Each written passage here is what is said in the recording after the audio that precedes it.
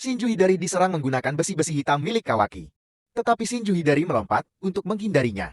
Setelah itu, Kawaki pun menendang Shinju Hidari hingga terhempas.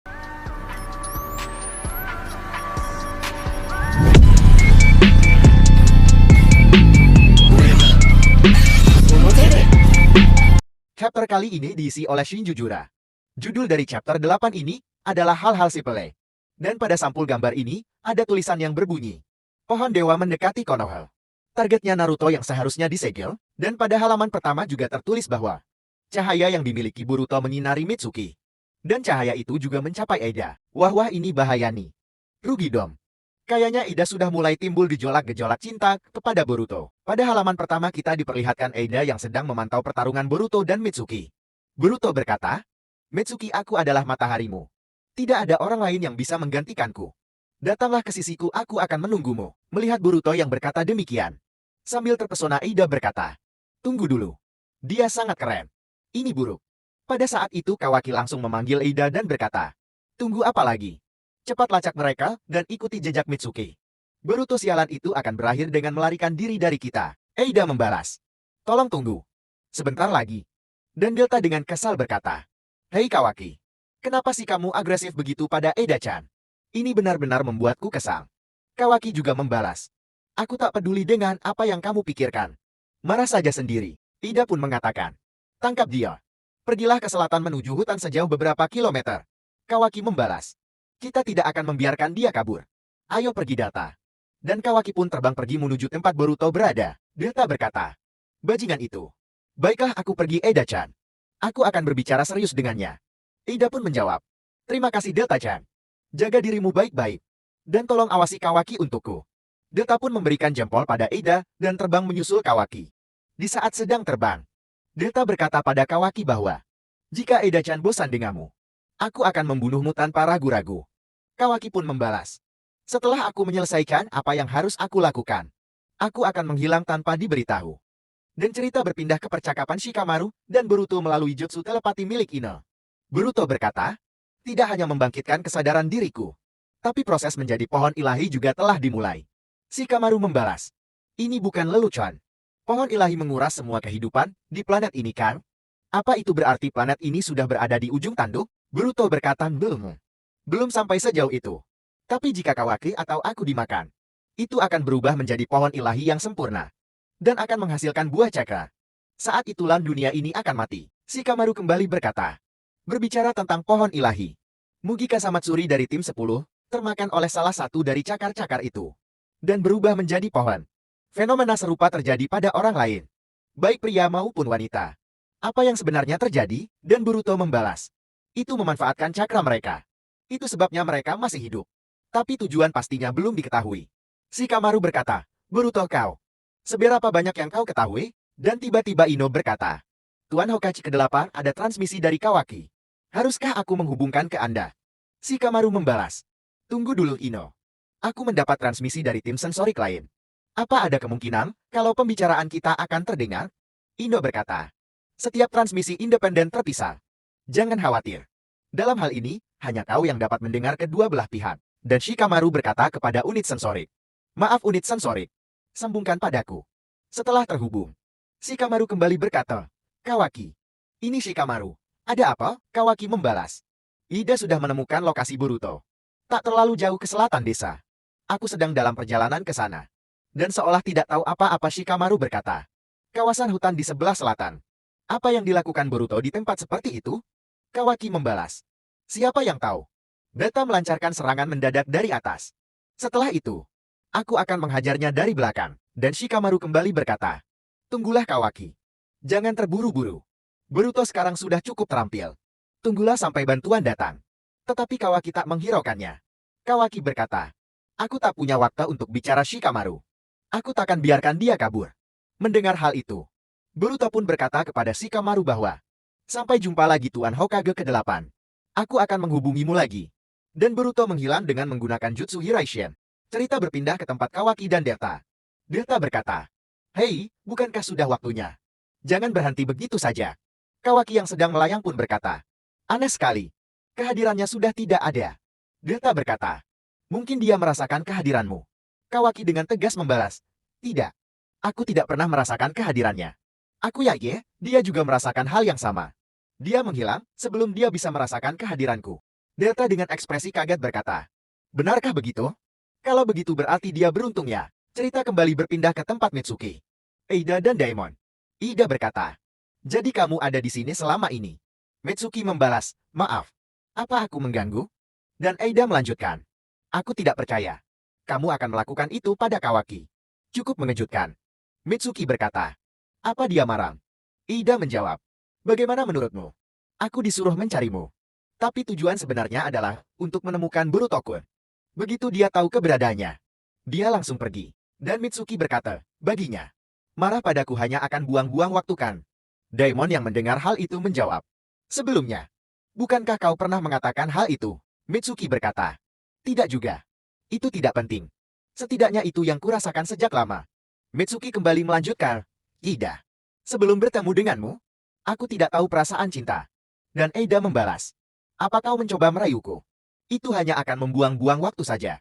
Mitsuki berkata, aku tahu ini adalah emosi palsu yang disebabkan oleh kemampuanmu. Tapi, jika tidak ada sesuatu seperti ini, aku mungkin tidak akan pernah merasakan perasaan yang luar biasa ini seumur hidupku. Kemungkinan karena aku adalah manusia buatan yang diciptakan dari nol. Dan ini bukan hanya tentang cinta. Aku tidak benar-benar memahami diriku sendiri. Dan aku pikir tidak apa-apa seperti itu. Selama matahari yang menyinariku masih ada, aku akan baik-baik saja. Semua tidak akan menjadi masalah. Bahkan jika itu hal-hal yang menyangkut diriku. Itulah yang kupikirkan. Tapi aku salah. Pertama, aku harus percaya pada diriku sendiri. Jika aku bisa menegaskan diriku sendiri, aku akan kehilangan banyak hal. Tanpa menyadarinya, hal yang paling berharga bagiku. Dan Ida berkata, Boruto menyadarkanmu akan hal itu? Baguslah kalau begitu. Mitsuki berkata, mungkin. Agak sombong aku mengatakan hal seperti ini. Tapi, kau sepertiku. Mitsuki kembali melanjutkan. Kenapa kamu menyukai Kawaki? Aku tidak mengerti. Dan Eida membalas. Mungkin karena itulah cinta. Hanya dengan memikirkannya saja sudah membuat dadaku terasa sesak. Kenapa tidak relevan? Begitulah keadaannya. Kamu tidak bisa mengerti. Karena kamu terjebak dalam cinta palsu. Yang didorong oleh kemampuanku. Mitsuki berkata lagi. Memang benar. Mungkin aku tidak bisa. Tapi aku takut.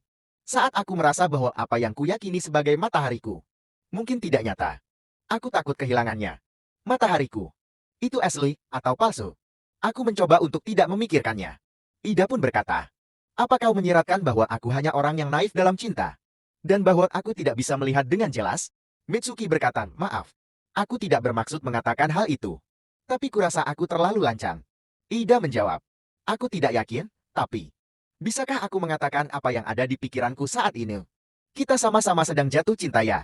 Ini menjadi sangat emosional. Daemon pun terkejut dan hanya berkata, hah? Kemudian dengan wajah yang memerah Mitsuki kembali berkata, ya. Tidak terlalu penting, tapi itu bagus. Dan sambil mengingat perkataan Boruto yang berkata pada Mitsuki bahwa, aku adalah mataharimu. Tidak ada yang lain. Ida pun terdiam sejenak lalu berkata, aku ingin berbincang dengan Boruto langsung. Dan cerita berpindah ke Jubi. Terlihat Jubi itu sedang berlari di dalam sebuah hutan. Dan juga Jura dan Hidari yang sedang berada di markas mereka. Jura berkata, langsung ya. Dan kepala Jura terlihat keluar dari punggung Jubi yang sedang berlari di hutan tadi. Jura berkata, baiklah sekarang waktunya. Terlihat Jura dan Hidari melompat keluar dari punggung Jubi itu. Ternyata mereka sudah ada di depan gerbang utama desa Konoha. Cerita berpindah sekilas ke Ino dan Shikamaru. Ino berkata, cerita Boruto. Apa kau percaya itu Shikamaru? Shikamaru menjawab, aku mengerti apa yang ingin kau katakan, tapi seperti apa yang sudah kujelaskan sebelumnya. Ini adalah rahasia. Jangan bicarakan hal ini pada siapapun. Apapun pendapatmu. Dan Ino membalas, aku mengerti itu tapi sebelum Ino selesai berbicara, tim sensorik pun melaporkan pada Shikamaru bahwa ada penyusup. Dua orang di dekat gerbang utama. Mencocokkan data cakra. Satu negatif, yang satunya data dikonfirmasi. Itu Uchiha Sasuke. Terlihat Sarada pun menyadari keberadaan dari Sasuke. Sarada berkata, Papa, dan Hidari bertanya kepada Jura bahwa, di mana Uzumaki Naruto? Jura menjawab, aku tidak tahu keberadaannya. Tapi aku tahu satu hal. Sebelum Jura menyelesaikan pembicaraannya, Shinobi Konoha pun sudah tiba sambil berkata, jangan bergerak. Jika kamu melangkah sedikit saja, kami akan menganggapmu sebagai musuh. Kau Uchiha Sasuke kan? Apa tujuanmu? Shikamaru pun berkata, ikuti prosedur. Utamakan evakuasi warga sipil. Dan Eida tiba-tiba menyambungkan komunikasi dengan Shikamaru. Eida mengatakan Shikamaru. Tetapi Shikamaru berkata, Aida, maaf aku sedang sibuk sekarang. Bisa kita lanjutkan nanti saja. Ada penyusup. Eida pun berkata, bisakah kita bicara tentang penyusup? Aku pernah melihat hal seperti ini sebelumnya. Maaf atas keterlambatan laporannya. Mereka adalah Jubi. Dan entah bagaimana. Mereka punya kesadaran diri. Tak perlu diraukan lagi. Mereka adalah musuh Konoha. Kemudian terlihat shinobi yang menghadang Jura dan Hidari sudah tertusuk oleh pohon-pohon hingga tewas. Shinju Jura dan Hidari pun berjalan masuk ke Konoha. Shinju Jura yang melihat toko buku berkata pada Hidari. Lihat di sebelah kiri. Ada tokoh buku tua. Mereka pun masuk ke dalam toko itu. Jura pun berkata, ini luar biasa. Sepertinya kita bisa mendapatkan beberapa pertemuan tak terduga di sini. Shinju Hidari pun berkata, apa dia di sini? Uzumaki Naruto. Dan Shinju Jura membalas, menarik. Mengatakannya dengan wajah datar adalah bagian favoritku. Shinju Hidari pun menyadari sesuatu. Dan ternyata, Kawaki melemparkan besi-besi hitam miliknya ke arah Hidari. Tetapi dengan sigap Hidari melompat untuk menghindarinya. Tidak selesai di situ. Kawaki melancarkan tendangan untuk Hidari.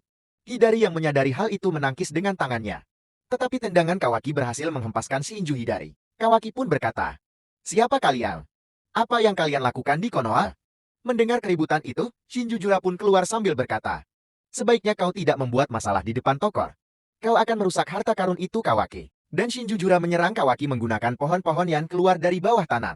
Yang membuat Kawaki tersangkut di pohon-pohon itu. Shinju Jura langsung menyerang Kawaki dengan tendangan keras. Dengan cepat Kawaki sudah berada di belakang Shinju Jura. Dan mau menyerang Jura. Tetapi dengan sangat cepat Shinju Jura sudah membalikan badan dan menyerang balik ke arah Kawaki. Kawaki pun terkejut dan Shinju Jura berkata, aku tidak akan membunuhmu. Tetaplah di sini Otsutsuki, akibat serangan barusan. Membuat Kawaki pun terhempas jauh hingga menabrak tempat penampungan air hingga membuatnya bocor. Delta pun berteriak. Dan menyusul ke tempat Kawaki berada. Tetapi tiba-tiba Shinju Jura menyadari sesuatu. Jura pun berkata, apa itu kau? Uzumaki Naruto. Delta yang terlihat panik, berkata, tunggu. Tenangkan dirimu Kawaki. Dan Shinju Jura kembali berkata, dia ada di sana. Cukup dekat. Hidari menjawabnya dengan berkata, kau yakin? Jura melanjutkan. Dia seorang Jinchuriki yang menjadi wadah dari biju. Sama sepertiku. Penjelmaan dari biju yang sama. Aku bisa merasakan cakra dari biju di dalam dirinya. Dan terlihat Sarada yang berlari sambil mengingat perkataan Boruto yang berkata, Jubi. Sasuke masterku diserap olehnya. Sarada berkata, apa yang terjadi? Siapa yang datang ke Konoha? Terlihat tim 10 dan Himawari sedang berlari menuju Shinju Jura dan Hidari. Dan Shikade berkata, dengar. Jangan ragu. Walaupun itu Sasuke-san. Dia hanyalah seorang pemberontak. Yang membantu berandalan Boruto. Inojin pun berkata. Jangan khawatir Himawari-chan. Aku bersamamu. Dan tiba-tiba. Shinju Jura dan Hidari sudah di depan. Untuk menghadang mereka. Shinju Jura pun terkejut. Karena di tempat cakra biju yang dia rasakan. Tidak ada Uzumaki Naruto. Lalu Shinju Hidari berkata. Siapa itu? Apa Naruto Uzumaki ada di sini? Dan Shinju Jura membalas. Aneh sekali. Tubuhnya. Apa yang terjadi ya? Dan chapter pun ditutup. Di mana Himawari yang terlihat kebingungan, sambil mematap ke arah mereka. Selesai.